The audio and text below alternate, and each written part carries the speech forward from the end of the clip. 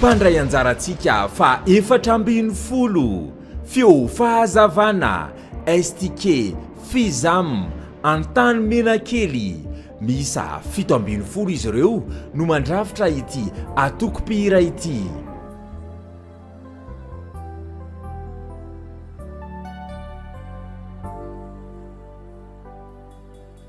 Misy feo bebetsika feo malefaka tsy mba miavondana manambitamby toa matevody zay miantso hoe avy zao anefa tosaika trany anatona asalora matahotranga tubutubuka ny foko manitry mandray tao ny tompo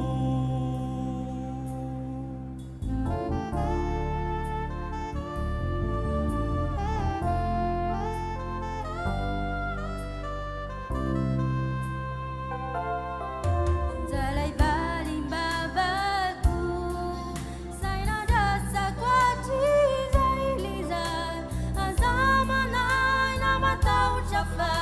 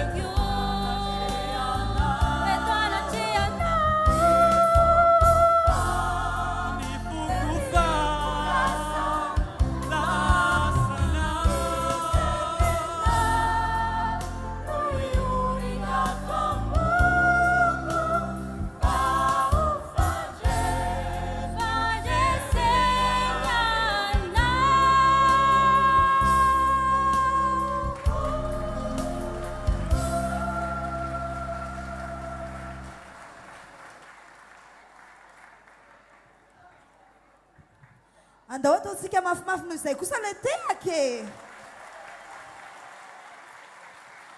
akasitrahantsika ry zareo feo fahazavana STK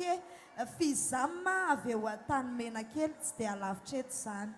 eny ary ny mpitsara ary ny fametraka fanontaniana kely izahay teo fa tsy amin'ny mampitsara ny ametrana an'ity fanontaniana ino moa zany fanalavana an'le fizama zafady misaotra betsaka na amin'ny fitenenana ny atao hoe fizama dia fanafoezan-teny izay reto dia fikambanana ny zanaka ampelezana mora rano fahazavana any amin'ny commune Lakamisy kely districtna Rivomamo any ny toerana misy anay fa fikambanany zanaka ampelezana zany zay aty dia manangona andreo ankizy ireo no nataonay misaotra betsaka ny amin'ny zavatra nataonareo teo mampahiranareo satria tena balizy ny fiderana eo anatin'ny fahatandrana ary betsaka nareo ny tanora ary zanaka ampelezana zany zany miparitaka aty dia tena mampahiranareo dia raha miresaka ny prestation anareo teo le feokira aloha zany rehefa tena nianona le izy dia feokira nataonareo le izy fa tsy niala lavitra mihitsy ny an'le lay feokira fototra dia vokatr'izay dia lasa tsy niala lavitra an'le tena fanaovana azy koa ianareo dia iny zany no satria mantsy ny atao anatin'ity fifananan'ity dia mitady antsika an'le teny satria tsika manao interprétation dia mitady an'le hoe inona le zavatra tombony na le plus amin'ny teny frantsay nentinareo dia mampahery anareo mahafinaritra ny fanamenareo dia toy izy ohatrany ny fideran'Andriamanitra misaotra tompoka